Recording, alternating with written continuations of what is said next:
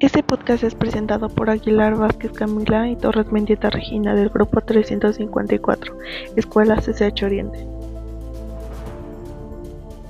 Hola, bienvenidos a Voces del Archivo. Hoy abriremos un expediente histórico que revela las voces de mujeres que vivieron en el límite, mujeres criminalizadas en Guanajuato entre 1920 y 1930, que escribieron cartas implorando el indulto. Lo que dice mi compañera es muy interesante. Todo este episodio que estamos escuchando, toda esta información no es inventada. Está basada en un trabajo de investigación muy serio de la historiadora Rocío Corona Aranza. Ella tiene un capítulo llamado He dominado la pasión que me hizo delinquir.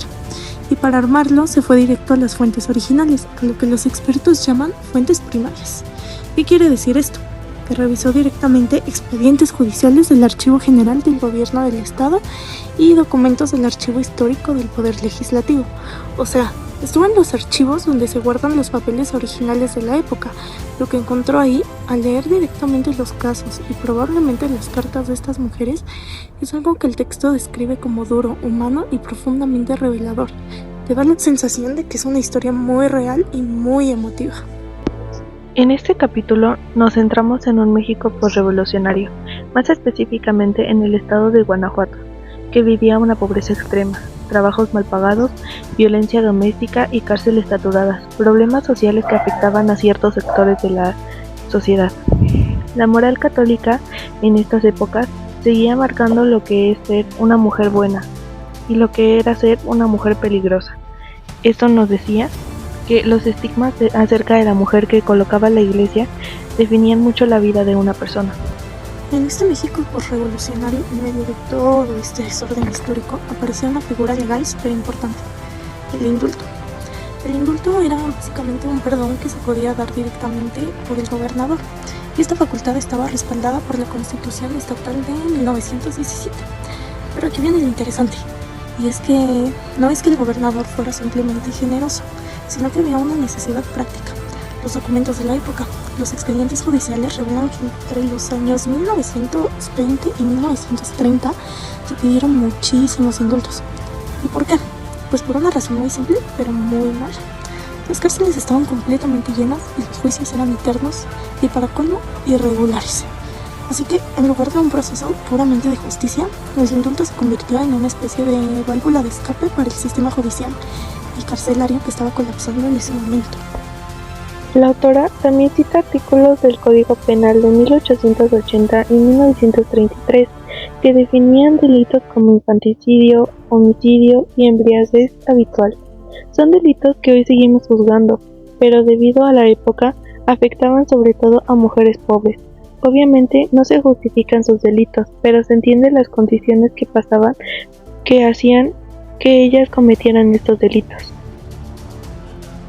La parte más triste de toda esta historia es saber quiénes eran realmente estas mujeres. El archivo y las fuentes son súper claras. La inmensa mayoría eran mujeres muy pobres. Esto es muy importante porque te ayuda a entender por qué terminaron cometiendo estos delitos, ya que no tenían recursos y no tenían apoyo. Y esto se refleja directamente en su nivel de educación. El archivo literalmente dice algo impactante. El 28% se declaró analfabeta y solo el 12% sabía leer y escribir. O sea, casi 3 de cada 10 mujeres ni siquiera podían leer ni escribir, y solo 1 de cada 10 lo sabía hacer bien. Esto demuestra un panorama de extrema vulnerabilidad, ya que eran mujeres que ya estaban en una situación de desventaja total antes de cometer cualquier delito, lo cual refuerza la idea de que el contexto social las estaba ahogando. Lo mismo señala que casi siempre vivían en condiciones de abandono, esposos alcohólicos, violencia constante, trabajos precarios, que obviamente no les daban las condiciones suficientes para vivir. Por eso se entiende, mas no se justifica, los delitos que llegaban a cometer. También, la autora señala que muchas fueron criminalizadas por sobrevivir. Obviamente estas mujeres, al tener condiciones tan bajas, hacían lo que fuera para poder seguir con vida, y muchas veces las obligaron a cometer estos crímenes con tal de sobrevivir. Y mira, según lo que acabo de leer, parece que las condiciones en las que vivían estas personas eran terribles. Estaban en una situación de abandono constante, Y también el texto menciona que habían esposos alcohólicos, violencia y trabajos súper precarios. Entonces, cuando ves la lista de los crímenes más comunes, entiendes que había un contexto social muy fuerte, demasiado fuerte detrás de todo esto. Los delitos que se cometían más a menudo eran infanticidio, homicidio, lesiones o embriaguez habitual. Honestamente, yo no creo que esto fuera solo por una cuestión de mala moral o malas personas, ya que el texto es muy claro al decir que cada uno de estos delitos tiene un contexto social detrás. No siento que sea solo moral, es decir, las circunstancias desesperadas yo siento que fueron las que las orillaron a hacer cosas extremas para intentar salir adelante o simplemente para poder soportar su día a día. Por eso se entiende un poco el por qué se llegaban a embriagar tantas veces, porque ellas en su modelo de vida tan precario buscaban algo con que escapar, con que huir de esa vida tan horrible que tenían, y por eso buscaban soluciones a lo mejor fáciles que al tiempo no llevaban a nada bueno, que era por ejemplo el alcoholismo. Lo más poderoso del capítulo son las cartas escritas pidiendo el indulto.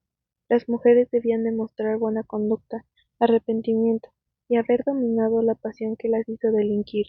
Esto se puede parecer un poco a lo que actualmente llamamos libertad condicional. Ellas tenían que demostrar que tenían una buena conducta, que entraban dentro del estereotipo de buena mujer que ponía la iglesia en ese momento, para que pudieran ser liberadas, para que pudieran tomarse en serio el indulto.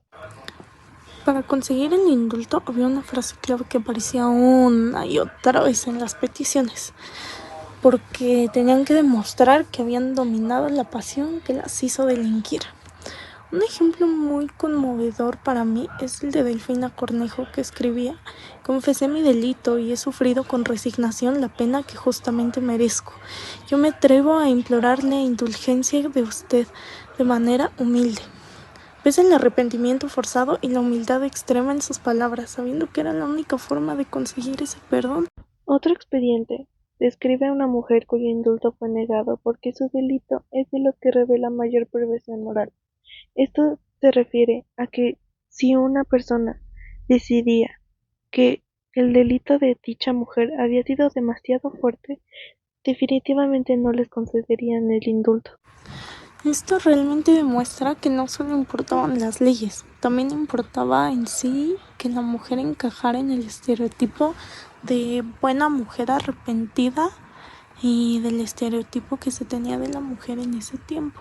Esto demuestra que realmente se pasaban las leyes y no les importaban, porque una persona podía cumplir con todos sus requisitos legales, pero si no cumplía con su conducta, con que los que le dieran el indulto vieran que esa mujer cumplía con ser sumisa, con estar arrepentida, con ser una buena mujer según los estereotipos de la iglesia, no se le daba ese indulto, solamente porque no cumplía con los estereotipos.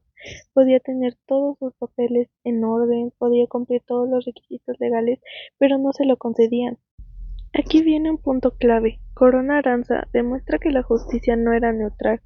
Se favorecía más a las personas que cumplían los estereotipos de la iglesia que a las mujeres que simplemente cumplían la ley. Las mujeres pobres eran vistas como frágiles y peligrosas al mismo tiempo, ya que se entendía que al ser pobres no tenían realmente nada que perder y podían hacer cualquier cosa y no les importaba, aunque se demuestra después en las cartas que realmente sí les importaba. ¿Sabes qué es la clave en el capítulo? Que no se trata solo del crimen, sino de la moral. Si te consideraban una mujer desviada de lo que se esperaba, te castigaban muchísimo más severamente. Eso te negaban el indulto aunque cumplieras todos los requisitos. Es decir, que la reputación podía más que la ley. Las cartas no son solo documentos legales, son testimonios de violencia estructural, pobreza, abandono, alcoholismo, maternidades forzadas. Se explica que todos estos delitos y todas estas causas no eran solo porque sí, se daban por ciertas razones sociales. El capítulo también toca temas muy controversiales, así como la visión moralista del Estado, el uso del indulto como herramienta política, la forma en que el sistema ayudaba a unas mujeres y pues omitía a otras, y la criminalización del infanticidio sin considerar la violencia contra las mujeres. Finalmente, y para concluir, estas cartas muestran que las mujeres no eran criminales sin más. Todas tenían una historia, una razón por detrás, lo cual obviamente jamás va a justificar un delito, pero puede explicar las causas que llevaron a cometerlo, porque eran sobrevivientes de un contexto desigual, que usaron la escritura como último recurso para exponer todo esto. Los archivos revelan que la justicia estaba atravesada por clase social, género y moral religiosa. El indulto no solo perdonaba delitos, hacía visible el poder que tenía el Estado para decidir quién merecía libertad y quién no, muchas veces solo basado en el estereotipo que tenían de las personas, impuesto por la Iglesia, y muchas veces ni siquiera tomaban en cuenta la ley. Y eso es justo lo valioso del capítulo. La autora rescata voces silenciadas desde hace casi un siglo, voces que muchas veces ni siquiera ponen en los libros de historia o en los archivos que uno suele consultar con frecuencia para informarse. Gracias por escucharlo. Este fue un episodio de Voces del Archivo. Nos oímos en la próxima entrega.